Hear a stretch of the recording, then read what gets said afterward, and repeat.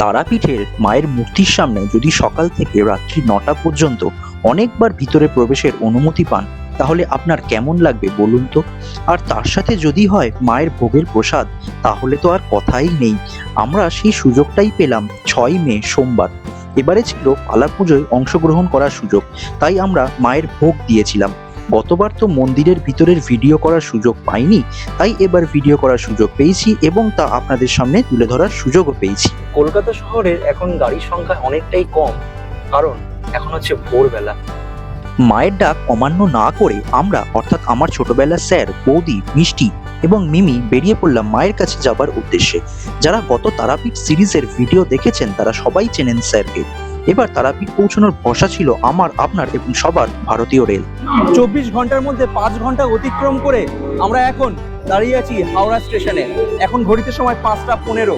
আমাদের বুকিং ছিল train number 13017 Ganadevata এক্সপ্রেসে, যেটি 6 নম্বর প্ল্যাটফর্মে 5:30 নাগাদ দিয়ে দিয়েছিল। বার্ষিকী পরীক্ষার পর ছোটবেলায় বাবা মার সাথে দেশের পৈতৃক বাড়িতে আমরা যেতাম। যদিও সেটা শিয়ালদা স্টেশন থেকে যেতাম, হাওড়া স্টেশন থেকে নয়, কিন্তু সেই অনুভূতিটা যেন আমি এখন ফিল করতে পারছি। মনে হচ্ছে আমি যেন সেই দেশের বাড়িতেই যাচ্ছি, সেই পৈতৃক বাড়িতেই আমি যাচ্ছি। আমাদের কোচ নাম্বার হচ্ছে C1, আর আমাদের ট্রেনের ঠিক পাশেই 22301 Howrah two new Jalpaiguri Vande Bharat express. আমাদের ট্রেন একদম কারেক্ট টাইমেই ছেড়েছে। আমাদের ট্রেনের টাইমিং ছিল 6টা 5। আমাদের সিট নম্বর হচ্ছে 60, 61, 62, 63 অ্যান্ড 64। গুড মর্নিং সবাইকে। হাওড়া থেকে রামপুরহাটের দূরত্ব হচ্ছে 219 কিলোমিটার, আর 219 কিলোমিটার যেতে সময় লাগবে 3 ঘন্টা 50 মিনিট মতো। মানে আমরা 6টা 5-এ আমরা ট্রেনে উঠেছি, আর 10:05 আমরা ট্রেন থেকে নামবো।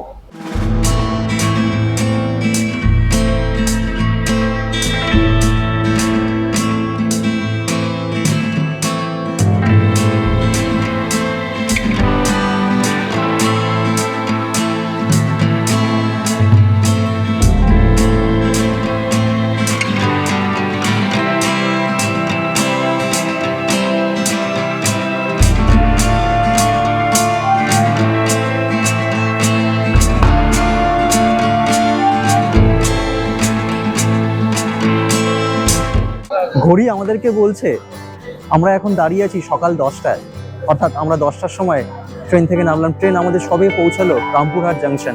এখানকার আবহাওয়া এখন ঠিকঠাকই দেখছি। কয়েকদিন আগে যে তীব্র গরমটা ছিল, সেই তীব্র গরমটা এখন আর দেখতে পাচ্ছি না। এখানকার টেম্পারেচার ওই 32-33 ডিগ্রি সেন্টিগ্রেড মতো এখন আছে। রামপুরহাট স্টেশন থেকে আমরা অটোতে উঠে পড়েছি, আর এখান থেকে তারাপীঠের ডিস্টেন্স হচ্ছে 9 কিলোমিটার। আমরা হোটেলে ঢুকে একটু ফ্রেশ হয়ে নিয়েছি। ফ্রেশ হয়ে নিয়ে এখন মায়ের মন্দিরে যাচ্ছি। মায়ের মন্দিরে এখন ভোগ নিবেদন হবে, সেইটা আমরা দেখতে পাই কিনা দেখি। আমরা হয়তো দেখতে পাবো, কিন্তু আপনাদের দেখাতে কতটা পারবো আমি বুঝতে পারছি না। তো গিয়ে দেখা যাক। আর আমরা যে হোটেলটাই রয়েছি সেটা হচ্ছে কিন্তু তারাশ্রী লজ। আজ হয়তো মায়ের ভোগ প্রসাদ পাওয়ার সৌভাগ্য ছিল আমাদের।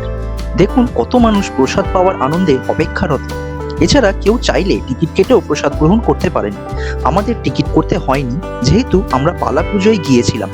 প্রসাদে পেয়েছিলাম পোলাও, ভাত, ডাল, 2 রকমের তরকারি, মাছ, পায়েস, চাটনি ও মিষ্টি, সাথে একটি করে জলের বোতল।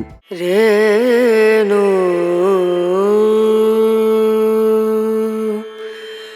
রনা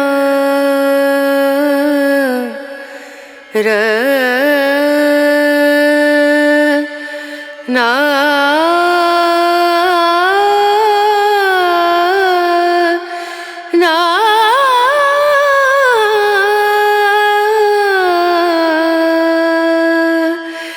রেণু। তারাপীঠ এসে আপনারা যদি কেউ আশেপাশে ঘুরতে চান, কিভাবে যাবেন, কোথায় যাবেন, কিভাবে ঘুরবেন, তার সমস্ত বিবরণ এবং তথ্য আমি কিন্তু তারাপীঠের গত সিরিজে দিয়ে রেখেছি। সেই লিঙ্ক আমি উপরের আই বাটন এবং ডেসক্রিপশন বক্সে দিয়ে দিলাম, সেটা আপনারা গিয়ে চেক করে নিতে পারেন। আমরা লাস্টবার এসে কাকাতুয়া থেকে প্যারা নিয়ে গেছিলাম। কাকাতুয়ার টেস্ট ভালোই ছিল, কিন্তু আজকে একটা অভিনব দোকানে আমরা অভিনব স্বাদ পেলাম। সেটা হচ্ছে এই দোকানটার নাম পৃথিবী। দেখে নিই, এই পৃথিবী দোকানটার টেস্টটা, প্যারার টেস্ট খুবই ভালো লাগলো আমার। তো এখানে হচ্ছে দামটা 320 টাকা করে কেজি। তো আপনারা যদি চান একবার কেউ ট্রাই করে দেখতে পারেন। আমার তো ভালো লেগেছে, আশা করি আপনাদেরও ভালো লাগবে। আপনাদের ভিডিও কেমন লাগছে সেটা অবশ্যই কমেন্টের মাধ্যমে কিন্তু জানান। যদি ভালো লেগে থাকে তাহলে লাইক, শেয়ার এবং সাবস্ক্রাইব করে দিন। আর আজকের ভিডিও এখানেই শেষ। আবার আপনাদের সাথে দেখা পরের কোনো এক ভিডিওতে, পরের কোনো এক যাত্রাতে। ততদিন ভালো থাকবেন, সুস্থ থাকবেন।